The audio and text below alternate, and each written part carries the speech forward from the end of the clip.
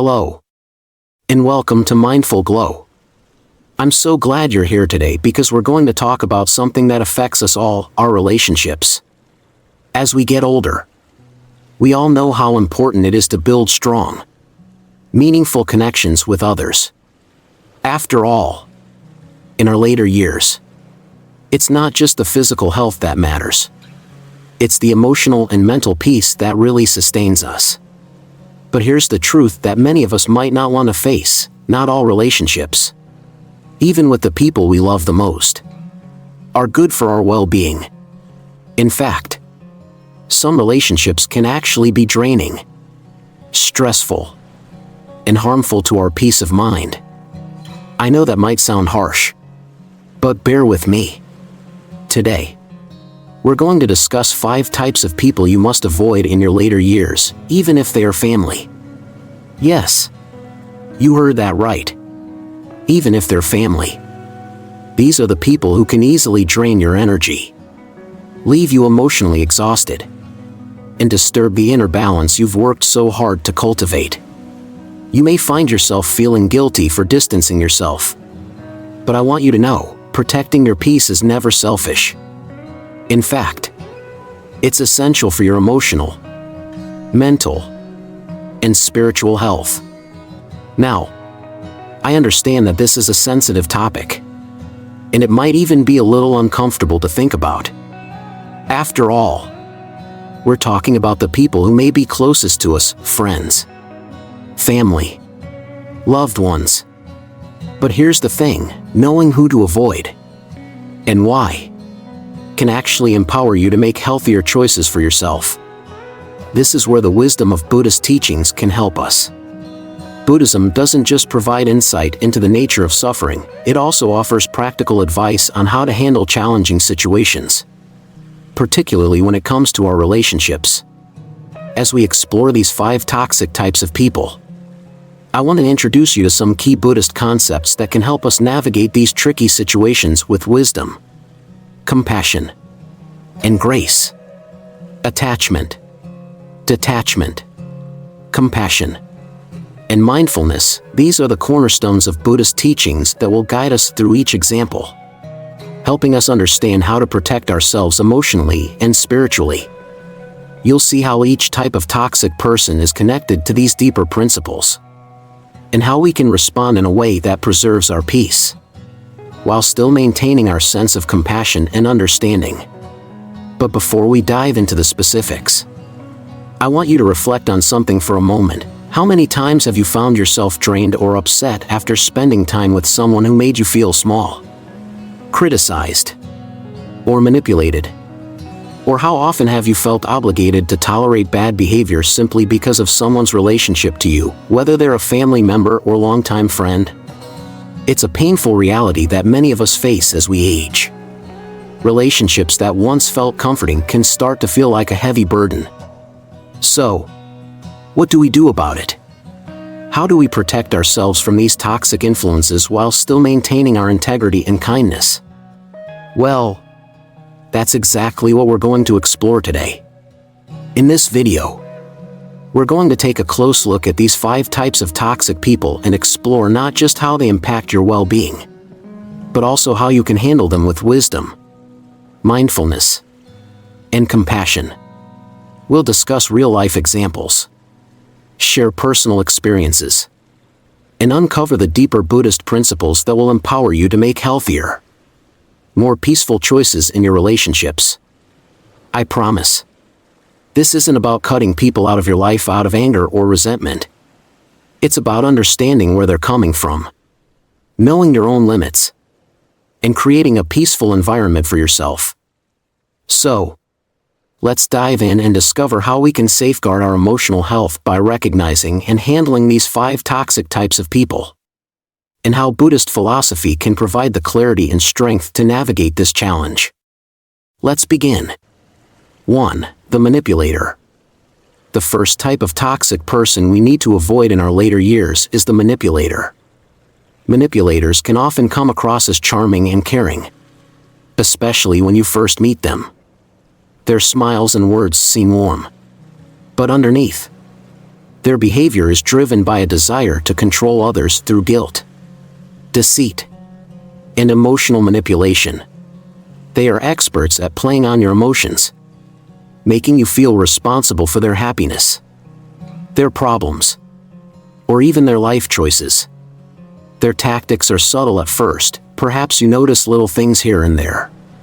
But over time, you begin to see a pattern. And that's when the emotional drain starts to wear you down. The most insidious part of all this? They rarely show genuine care for your needs. Instead, they twist situations to make you feel guilty for setting healthy boundaries. Imagine this scenario: a family member who constantly asks for your help.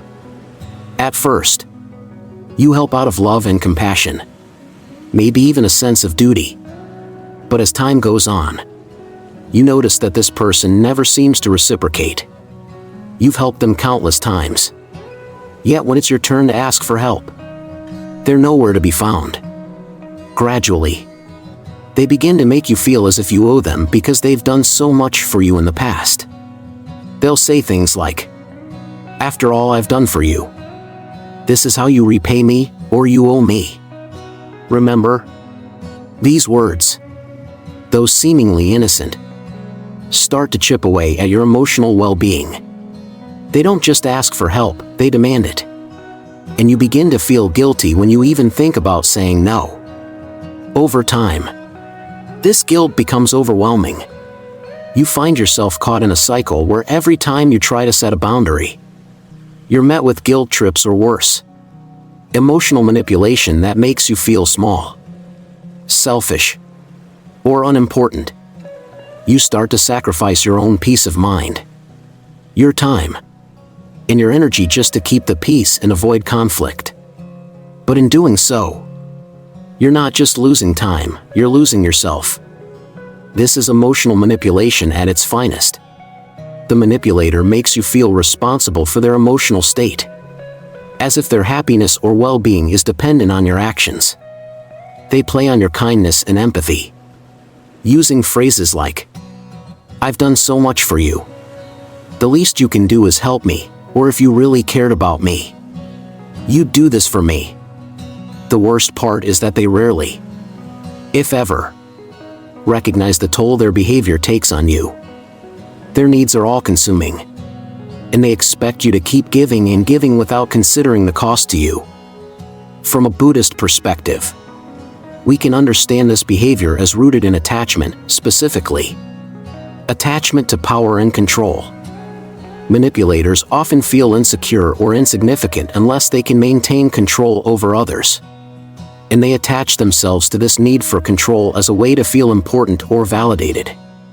They might not even realize that they're doing it, but their attachment to the desire for power over others disturbs their peace. What's worse is that this attachment doesn't only cause them suffering, it spills over and causes suffering to those around them. The Buddhist teachings tell us that attachment, whether to people, possessions, or power, leads to suffering. In relationships, when one person is attached to manipulating the other, it disrupts the natural harmony and balance that should exist. And both people are left in a state of disharmony and dissatisfaction. But there's hope. The antidote to manipulation is mindfulness. Mindfulness allows us to be aware of the subtle ways in which people can try to control our emotions. It teaches us to recognize when our peace is being disturbed, and it encourages us to detach from the emotional pull of others. In the case of the manipulator, mindfulness helps us become aware of their tactics, so we don't fall into the trap of feeling responsible for their happiness.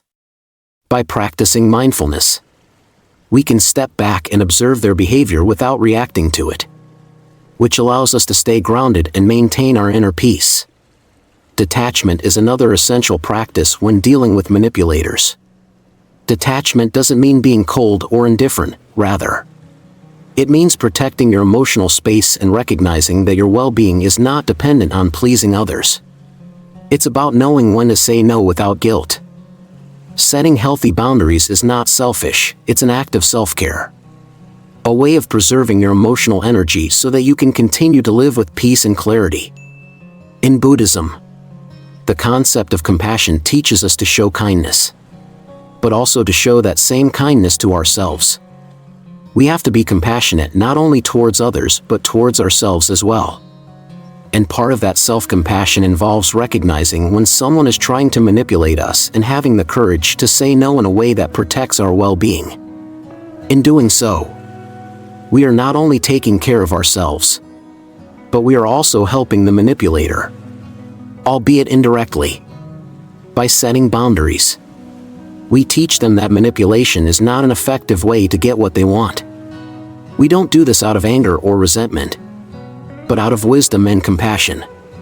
We understand that their behavior is a result of their own suffering, perhaps an attachment to power or control, or an inability to trust in the natural flow of relationships.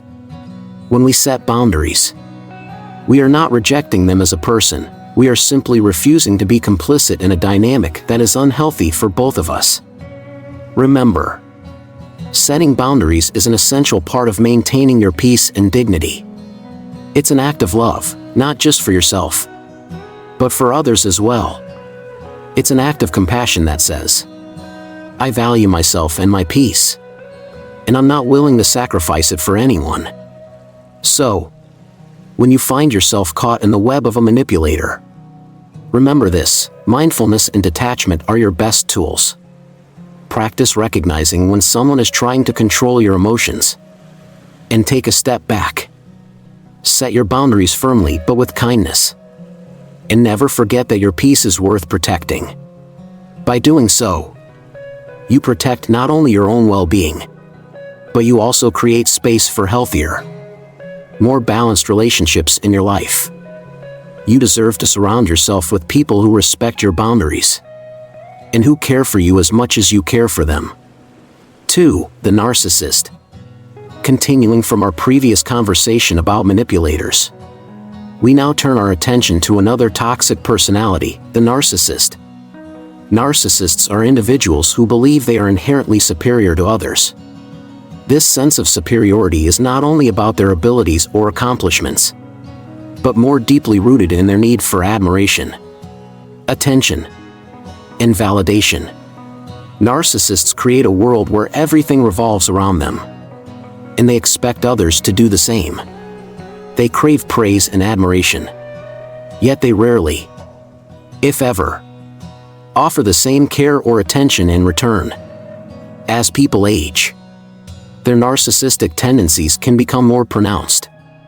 Imagine an elderly relative who demands to be treated as though they are the center of the universe. They may talk incessantly about their own experiences, achievements, and problems, but fail to ask even a simple "How are you doing?" The moment the conversation shifts to you or your struggles, they quickly redirect it back to themselves, making you feel insignificant or unimportant. You might begin to feel drained, as though their need for attention is constantly taking precedence over your own emotional needs. This behavior is not just a harmless quirk, it is a reflection of deep-rooted egotism, an inflated sense of self-importance that clouds their ability to connect with others in a meaningful way.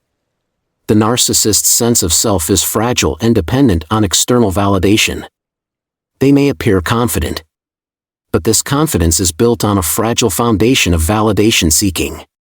And the moment that validation is withdrawn, they crumble. In their eyes, the world must reflect their self-image. And when it doesn't, they become angry, resentful, or indifferent. From the perspective of Buddhist teachings, narcissism represents the epitome of egotism, or self-attachment. In Buddhism, we understand that the self is an illusion, a temporary construct that is interconnected with the world around us. However, narcissists become so attached to their own image and their own desires that they are unable to perceive the interconnectedness of all beings. This attachment to a false and inflated sense of self leads to avidya, or ignorance, the inability to see the true nature of reality. The narcissist is trapped in a delusion, one that blinds them to the impermanence of their own existence and the impermanence of the world around them. When we encounter a narcissist, It's important to recognize that their behavior is not just a personality flaw, it is a manifestation of deep inner suffering. The narcissist clings to the illusion that they are superior, more important, or more deserving than others. But in doing so, they isolate themselves from true love, genuine connection, and emotional fulfillment. Their attachments to their own image prevent them from experiencing the kind of intimate, reciprocal relationships that bring true joy and peace. Instead, they are trapped in a cycle of seeking external validation, which can never truly satisfy them. So how do we protect ourselves from the emotional drain of a narcissist? The first step is awareness. We must recognize when someone is engaging in self-obsession rather than participating in a mutually supportive relationship. It's important to understand that narcissists are not necessarily bad people. They are people who are suffering, and their behavior is a reflection of that suffering.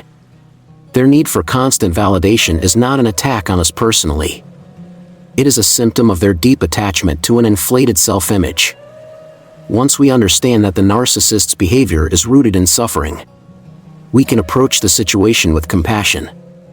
This does not mean we allow them to take advantage of us or emotionally deplete us. Rather, it means we recognize their suffering and, with this understanding, set healthy boundaries. Setting boundaries is an act of compassion for both ourselves and for them. By maintaining our own emotional space, we are not rejecting the narcissist, but rather protecting our own mental and emotional well-being.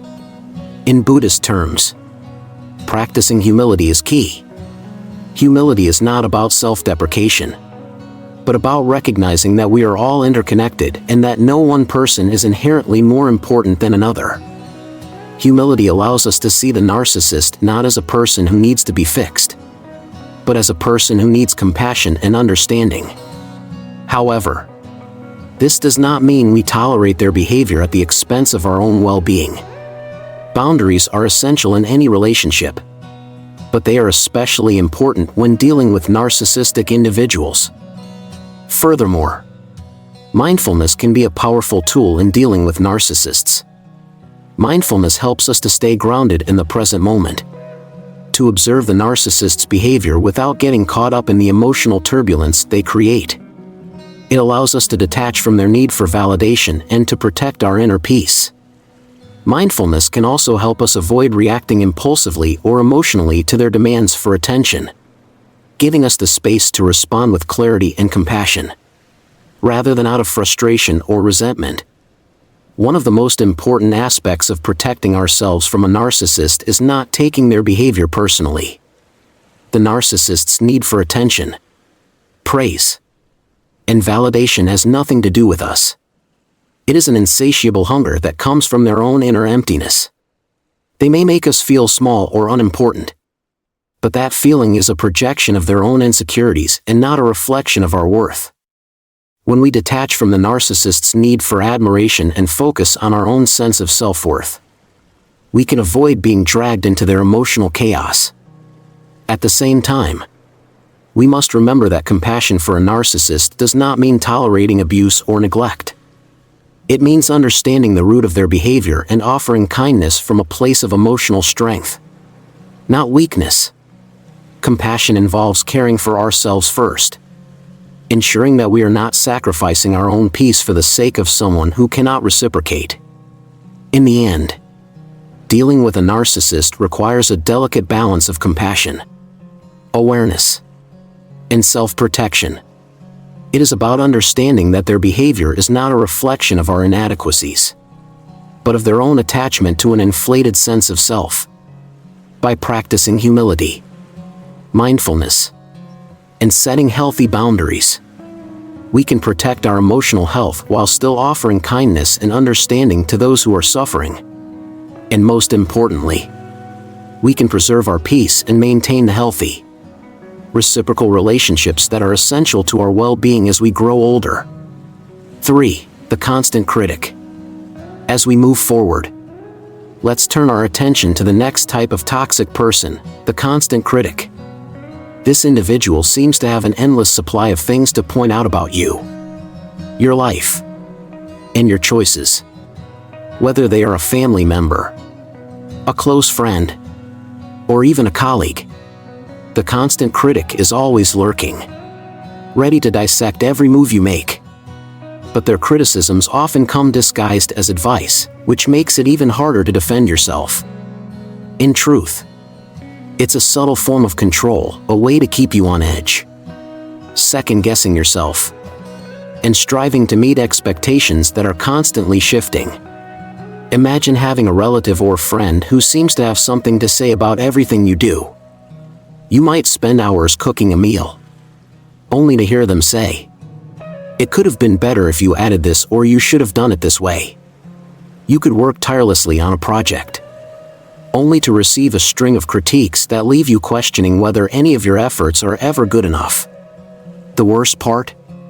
No matter how hard you try, no matter how much you put into something, to them, you're never truly good enough. You might even try explaining yourself or defending your choices, but it's no use. They continue to insist that you're not doing things the right way, pushing you further into self-doubt. Each new criticism chips away at your self-confidence, leaving you emotionally drained and frustrated. You begin to wonder, is it me? Why can't I meet their expectations?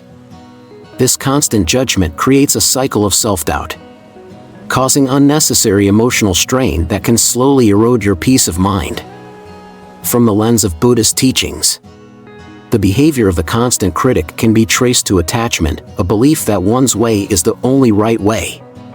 When we are attached to a fixed idea of what is right, we develop a sense of aversion toward anything that doesn't align with our perspective. The critic is often driven by their own dissatisfaction with themselves or the world around them. Their criticisms are not a reflection of your flaws, but a projection of their own internal struggle. They cannot find peace within themselves, so they project that dissatisfaction outward, attempting to make others conform to their narrow view of what is correct. This attachment to one's own perception of right and wrong is what Buddhism refers to as dvesha, a type of aversion. In Buddhism, we learn that this kind of attachment not only blocks the flow of compassion but also perpetuates suffering. The critic's need to impose their version of the truth on others is a direct result of their inability to find contentment with the ever-changing nature of life.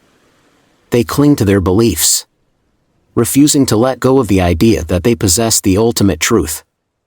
But the reality is, truth is not fixed, it's fluid and context-dependent. And each person's path is unique. To cope with constant criticism, we must begin by cultivating an understanding of where the criticism is coming from. Recognizing that the critic's behavior stems from their own inner turmoil can help you detach from their words. Their judgments are not a reflection of your worth or your abilities, but rather a projection of their own insecurities. This understanding is liberating. It allows you to stop internalizing their negative feedback and instead focus on cultivating your own peace of mind. In Buddhism, the principles of right speech and right action are incredibly helpful tools when dealing with critics. Right speech encourages us to speak with honesty, kindness, and compassion, while right action prompts us to act with integrity and mindfulness. When confronted with criticism, practicing right speech means responding in a calm, composed manner. Instead of reacting with defensiveness or anger, you can respond with kindness, acknowledging their feedback without allowing it to destabilize your emotional state. You might say something like, "I hear your concern, and I'll think about it," without letting it pierce your sense of self-worth. But right speech also involves not taking on the weight of criticism that is not truly yours to carry. Sometimes, the best response is silence, simply acknowledging the critic's words, but not internalizing them. This is where the practice of mindfulness becomes crucial. When you are mindful, you are aware of your thoughts and emotions as they arise, and you can choose how to respond. Mindfulness helps you create a gap between the criticism and your reaction. It allows you to observe the critic's words without immediately identifying with them. Furthermore, right action means setting healthy boundaries with the critic. You do not have to accept constant judgment. If the criticism becomes overwhelming or damaging, it is okay to express your feelings. You can say, "I appreciate your input, but I need space to make my own decisions." Setting boundaries is not a form of rejection, it is an act of self-respect. You are protecting your mental and emotional health by creating the space you need to process your thoughts without feeling pressured or judged. As you practice mindfulness and set boundaries, remember that the critic's judgments are often rooted in their own suffering. When we take a step back and see that the critic is suffering from their own internal struggles, we can approach the situation with compassion. This doesn't mean we accept their criticism, but it allows us to detach from it with greater ease. By not taking their words personally, we free ourselves from the emotional burden they impose. We begin to realize that we are not defined by their opinions, and that our worth is not tied to their approval. Detachment, in this context, does not mean coldness or indifference. Rather, it means recognizing that we are not subject to the whims of others' opinions. We are capable of finding peace within ourselves, regardless of external judgments. This is the essence of Buddhist wisdom, the ability to remain steady and grounded in the face of adversity, and to protect our inner peace without rejecting the world around us. By practicing mindfulness, right speech, and right action, we can learn to navigate the challenges posed by the constant critic. Instead of allowing their judgments to erode our self-worth, we can stand firm in our own sense of value. We begin to trust ourselves and our decisions, knowing that we are enough just as we are. And through this practice, we can cultivate emotional resilience, protecting ourselves from the harmful effects of constant criticism and building a deeper sense of inner peace. 4. The irresponsible one. As we continue our exploration of toxic personalities, let's now turn our attention to another type of individual who can cause significant stress and disruption in our lives, the irresponsible one. This person is often someone who can't seem to keep their commitments, who is perpetually procrastinating, or who always expects others to pick up the slack. You may have encountered someone who, no matter how many times you've helped them, continues to shirk their own responsibilities, leaving you to handle the tasks they should have taken care of themselves. While they may not seem malicious, their behavior creates unnecessary stress and frustration in your life, forcing you to step in and bear the weight of their inaction. Imagine this: you have an elderly relative who regularly asks for help with tasks they could easily manage themselves, tasks like grocery shopping, cleaning, or paying bills. At first, it seems harmless. You help out because you care and want to support them. But over time, the pattern becomes clear. You're always the one stepping in to fix things, to solve problems, to keep things running smoothly. Yet when the roles are reversed, when it's your turn to ask for help, they're nowhere to be found. They might claim they're too busy, too tired, or simply forget, leaving you feeling unsupported and unappreciated.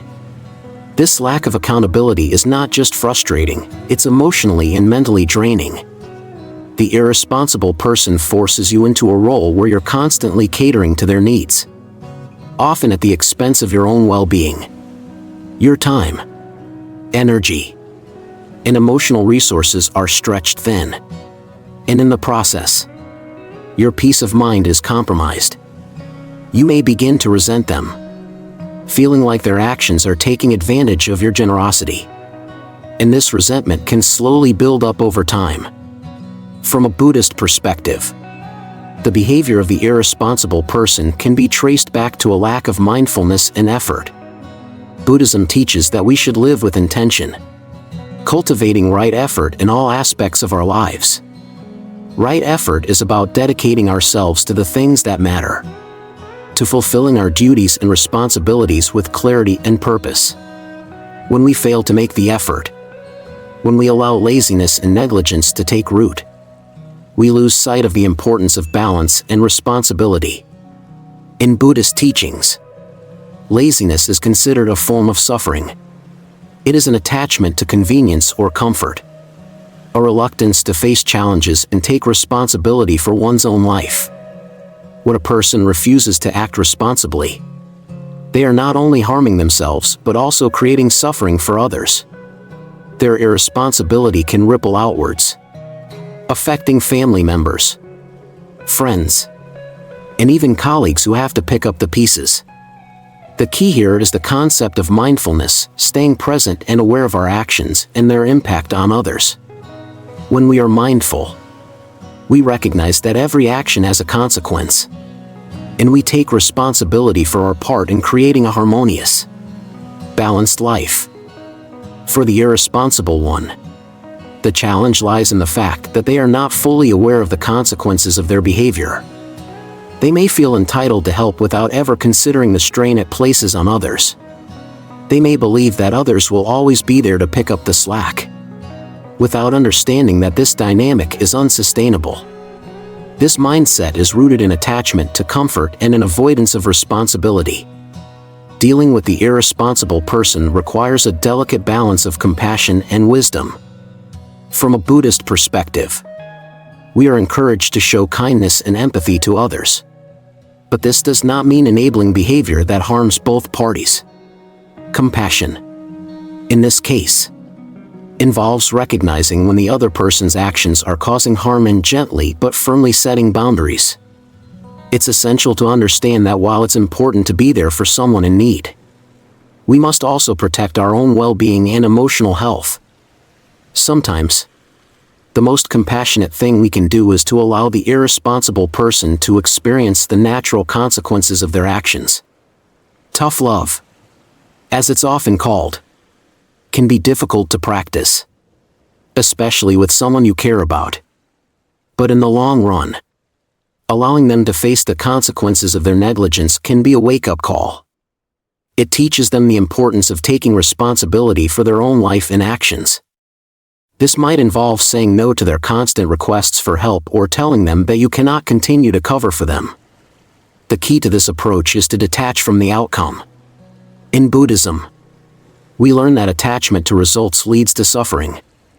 If you help the irresponsible person with the expectation that they will change, or that they will appreciate you more, you are setting yourself up for disappointment. True compassion means acting with a clear heart and mind, without attaching to specific outcomes.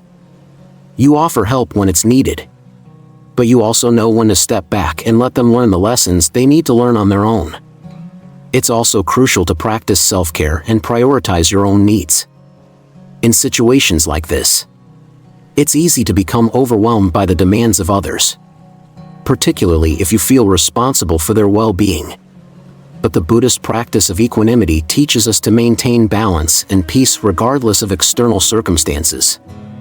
This doesn't mean shutting people out, but it does mean recognizing when your resources are being drained and when it's time to draw the line. In dealing with the irresponsible person, your goal is not to punish them but to protect your own emotional and physical health. Setting boundaries is an act of self-respect and a way to ensure that you are not perpetuating a cycle of neglect. Remember that you are not responsible for their actions. And while you may care deeply for them, it is not your job to fix everything for them. By practicing mindfulness, compassion, and detachment, you can navigate this dynamic in a way that preserves your well-being while still showing care and support. Ultimately, the challenge is to let go of the need to control the other person's behavior and instead focus on how you can take responsibility for your own life. By setting clear boundaries and prioritizing your own needs, you allow space for the irresponsible person to face their own challenges. In doing so, you create a healthier, more balanced dynamic where both parties can grow and thrive. 5. The ungrateful one. Finally, we come to the ungrateful one. This person constantly takes, but never gives. They may take your time, your energy, and your resources, but they rarely acknowledge your efforts. Worse, they might act as though your kindness is something they are entitled to, leaving you feeling unappreciated, emotionally drained, and, at times, even invisible. Consider this: you've helped a relative, perhaps an elderly parent or a sibling, time and time again. You've provided financial assistance when they've struggled, offered emotional support when they've been down, and sacrificed your own time and energy to care for their needs. Yet, when you find yourself in a position where you need help, they are nowhere to be found. They don't offer a hand, don't ask how they can assist, and, if anything, seem entirely oblivious to the fact that you, too, might be in need of some support. Instead of offering the same kindness you've shown them, they seem to take without hesitation. And the worst part? They don't even express gratitude. Your efforts go unnoticed, and you're left feeling as though your kindness was not just unappreciated but also expected, like a duty or a burden you must bear, rather than a gift given freely. The emotional toll this takes can be significant. When you give continuously without receiving acknowledgement, it begins to feel less like an act of love and more like an obligation.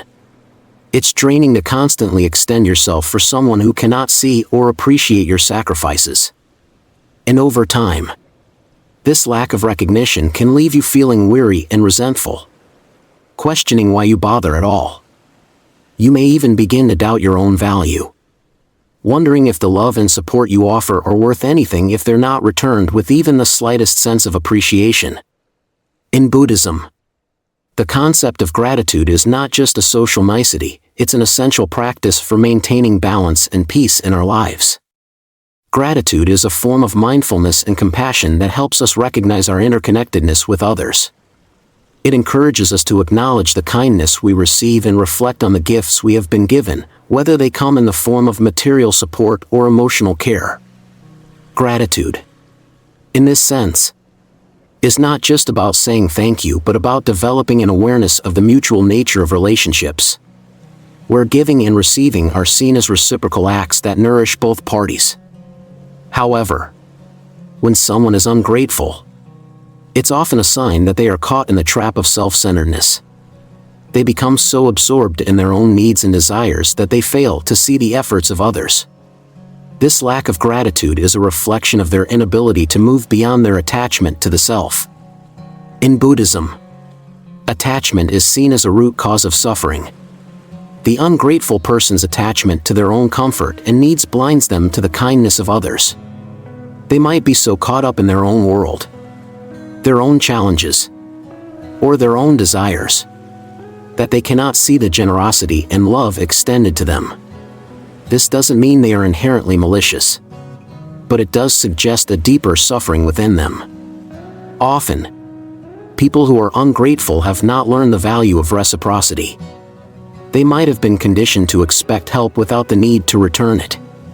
Or perhaps they lack the emotional maturity to recognize when others are offering kindness. This, too, is a form of ignorance, the inability to see the world as interconnected, where everyone's actions have an impact on others. From a Buddhist perspective, it's important to understand that the ungrateful person's behavior is not a reflection of your worth or your kindness. Their inability to express gratitude speaks more to their internal struggles and limitations than it does to anything you've done wrong. It's easy to feel hurt or offended when someone fails to acknowledge your efforts. But Buddhism teaches us to approach these situations with compassion and equanimity. We must detach from the expectation of reciprocation and let go of the desire for acknowledgement. By doing so, we protect ourselves from emotional exhaustion and resentment. So, how do we protect ourselves from the harm caused by ungrateful people? The first step is to practice equanimity. This Buddhist concept involves maintaining a balanced mind and heart, regardless of external circumstances. It means accepting that people will not always appreciate us or show gratitude in the ways we hope. And yet, We can still give freely without expecting anything in return. Equanimity teaches us to give with an open heart, without attachment to the outcome. This allows us to offer our love and support in a way that is both generous and protective of our emotional health. At the same time, we must also practice compassion, not just for others but for ourselves. Compassion involves recognizing that we have needs too, and that it is not selfish to step back when those needs are not being met. If you're constantly giving to someone who never appreciates you, it's okay to set boundaries and limit your generosity. You don't have to keep giving to someone who is unwilling to recognize your efforts. Doing so is not a failure on your part, it's an act of self-care. A recognition that you are worthy of kindness and appreciation as well. One of the most empowering aspects of Buddhist teachings is the ability to release attachment to outcomes. When we stop expecting people to be grateful, we free ourselves from the emotional burden of disappointment. This doesn't mean we stop caring or stop being generous, rather, it means we give without the weight of expectation. We understand that we cannot control how others respond, and we accept that the act of giving is its own reward. It's a gift that enriches us, regardless of whether or not it is recognized by the other person. If the ungrateful person in your life continues to take without giving, it may be time to reevaluate your relationship. This doesn't mean cutting ties altogether, but recognizing when it's time to protect your own peace by setting clear boundaries. You don't have to continue to give to someone who doesn't appreciate it, but you can still maintain an attitude of kindness.